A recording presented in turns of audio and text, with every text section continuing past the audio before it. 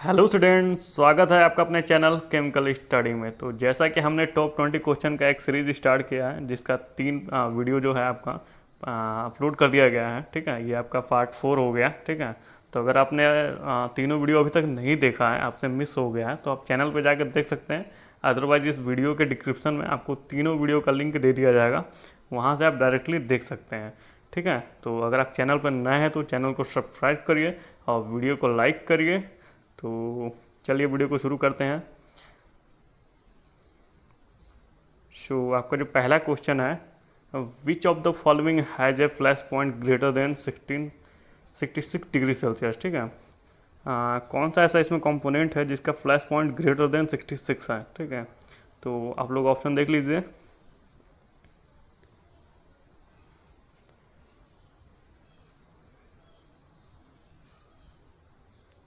इसका जो आंसर हो जाएगा option number B, heavy fuel oil. ठीक है, इसका जो फ्लैश पॉइंट होगा ग्रेटर देन 66 से हो। नेक्स्ट क्वेश्चन है, preheating temperature of medium viscosity furnace oil for better atomization through burner. ठीक है, तो कह रहा है अगर मीडियम विस्कोसिटी का फर्नेस ऑयल है, उसका प्री हीटिंग टेम्परेचर एटोमाइजेशन के लिए कितना होना चाहिए। ठीक है, तो ऑप्शन आप लोग देख लीजिए।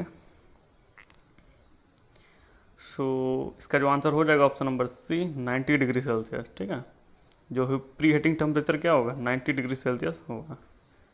नेक्स्ट क्वेश्चन है, थर्ड नंबर है आपका, 1 centistoke is equal to dash dash Redwood पर सेकेंड। ठीक है, तो जो 1 सेंटी स्टॉक है वो अगर उसको कन्वर्ट किया जाए रेडवुड पर सेकेंड में तो क्या होगा। ठीक है, तो ऑप्शन आप लोग देख लीजिए।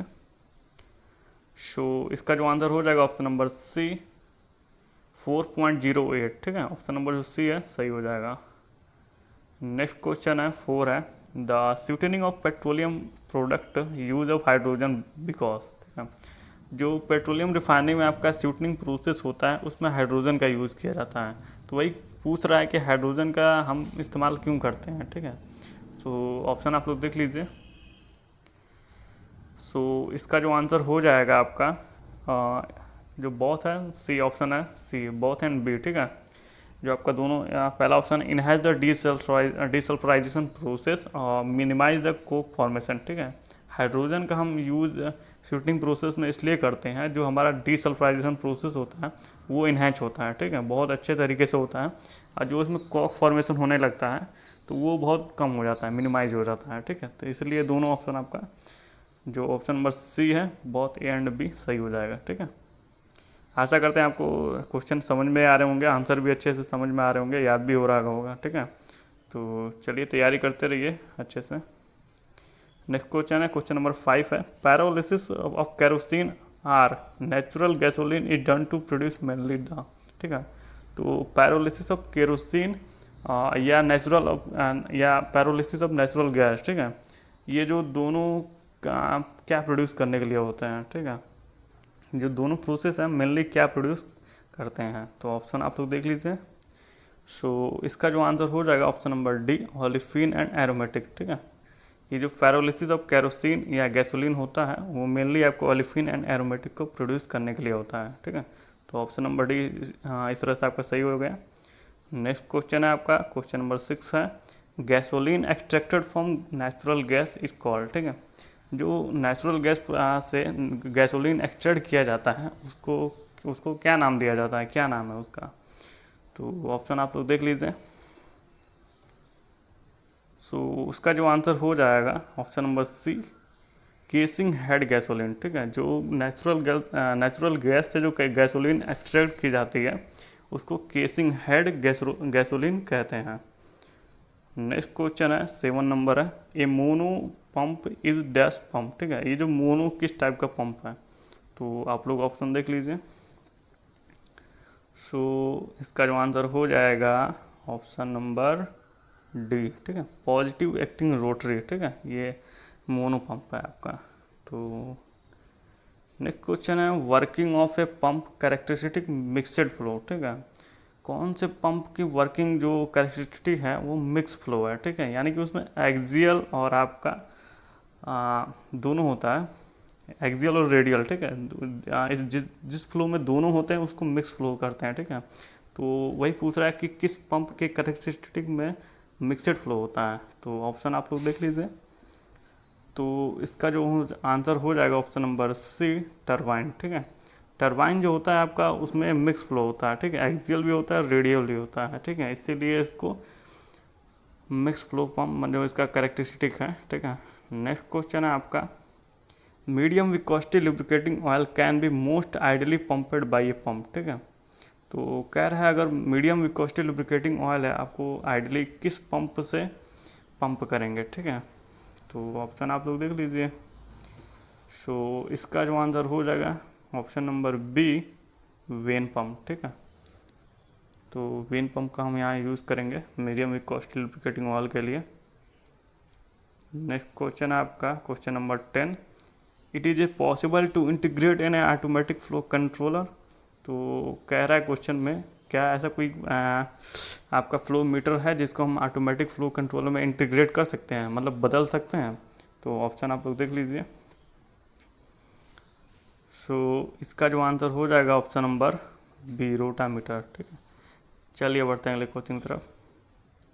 अगला क्वेश्चन है, with increasing liquid viscosity liquid hold up in A packed column, ठीक है। तो अगर हम लिक्विड की विस्कोसिटी बढ़ा दें तो पैक्ड कॉलम में जो लिक्विड होल्ड अप होता है वो क्या हो जाएगा, घट जाएगा, बढ़ जाएगा, रिमेन रहेगा। तो ऑप्शन आप लोग देख लीजिए। सो इसका जो आंसर हो जाएगा ऑप्शन नंबर ए, इंक्रीज हो जाएगा, ठीक है। विस्कोसिटी बढ़ जाएगी तो होल्ड अप उसका बढ़ जाएगा ट्रे पे, ठीक है। नेक्स्ट क्वेश्चन है, in a drying operation the moisture that evaporated is the, ठीक है। तो ड्राइंग ऑपरेशन में जो मॉइस्चर इवोपरेट होते हैं वो किस टाइप के मॉइस्चर होते हैं, ठीक है। तो ऑप्शन आप लोग देख लीजिए। सो इसका जो आंसर हो जाएगा option number C, free moisture, ठीक है। जो फ्री मॉइस्चर होते हैं, अगर आप ड्राइंग ऑपरेशन कर रहे हैं तो उसमें जनरली जो फ्री मॉइस्चर होते हैं वो अपने ऑटोमेटिकली इवोपरेट होते रहते हैं, ठीक है।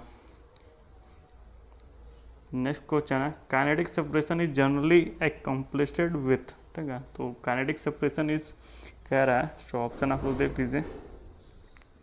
सो इसका जो आंसर हो जाएगा option number A, zeolite and carbon suite, ठीक है। ऑप्शन नंबर जो क्वेश्चन नंबर 13 का आंसर है ऑप्शन नंबर ए है, ठीक है। नेक्स्ट क्वेश्चन है, the plate point selectivity is, ठीक है। प्लेट पॉइंट पे आपकी सेलेक्टिविटी क्या होगी। तो ऑप्शन आप लोग देख लीजिए, अगर मालूम है तो बहुत अच्छी बात है आपको। सो इसका जो आंसर हो जाएगा ऑप्शन नंबर बी, फर्स्ट, ठीक है। नेक्स्ट क्वेश्चन है आपका, heat pipe is widely used now a day because it act as, ठीक है। ये एक हीट पाइप है जो आजकल बहुत ज़्यादा यूज़ हो रहा है, तो उसका क्या वजह है, ठीक है। सो ऑप्शन आप लोग देख के बताइए। सो इसका जो आंसर हो जाएगा ऑप्शन नंबर बी, ए सुपर कंडक्टर, ठीक है। जो हीट पाइप है आपका एक तरह से सुपर कंडक्टर की तरह यूज किया जा रहा है। नेक्स्ट क्वेश्चन है 16 नंबर है, visible light has wavelength in the range of, ठीक है। जो विजिबल लाइट होती है उसकी वेवलेंथ क्या होती है, वेवलेंथ का रेंज क्या होता है, ठीक है। तो ऑप्शन आप लोग देख लीजिए।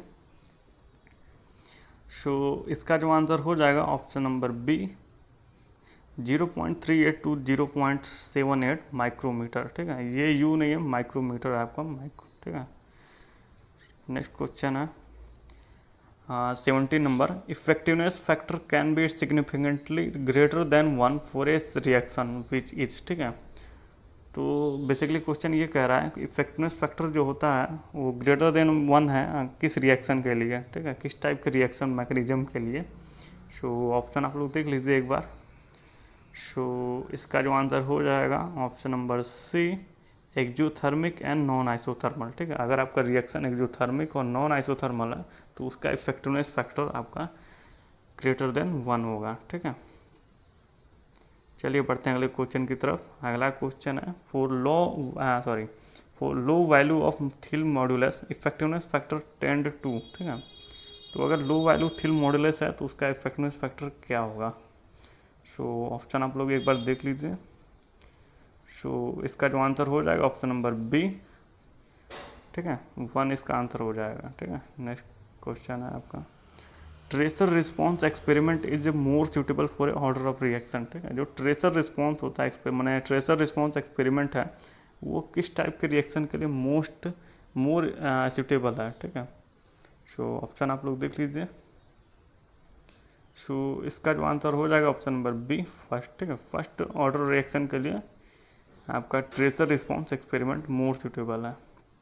नेक्स्ट क्वेश्चन है, और ये लास्ट क्वेश्चन है इस वीडियो का। तो shoes on which is not an exothermic process, बहुत अच्छा, ये बढ़िया क्वेश्चन है, इंपॉर्टेंट। तो कह रहा है कि जो भी इसमें ऑप्शन में दिया हुआ है, कौन सा उसमें एक्जोथर्मिक प्रोसेस नहीं है, यानी कि वो एंडोथर्मिक प्रोसेस है, ठीक है। तो अब तो आपको हिंट मिल गया कि एंडोथर्मिक प्रोसेस कौन सा है, तो इजीली आप लोग ऑप्शन देख के बता सकते हैं। तो इसका जो आंसर हो जाएगा option number C, catalytic cracking, ठीक है। तो इस तरह से आपका टॉप 20 क्वेश्चन कंप्लीट हो गया है, ठीक है। तो अपनी तैयारी अपने हिसाब से आप करते रहिए, बाकी हम भी आप लोग के लिए हेल्प कर रहे हैं। तो वीडियो पूरा देखने के लिए आपका बहुत बहुत धन्यवाद। अपने दोस्तों के साथ ज़रूर शेयर करें और चैनल को सब्सक्राइब करिए और वीडियो को लाइक करिए। अगर आपका कोई क्वेश्चन क्वेरी हो तो आप कमेंट भी कर सकते हैं, ठीक है। Thank you so much for watching this videos. मिलते हैं अगले वीडियो में।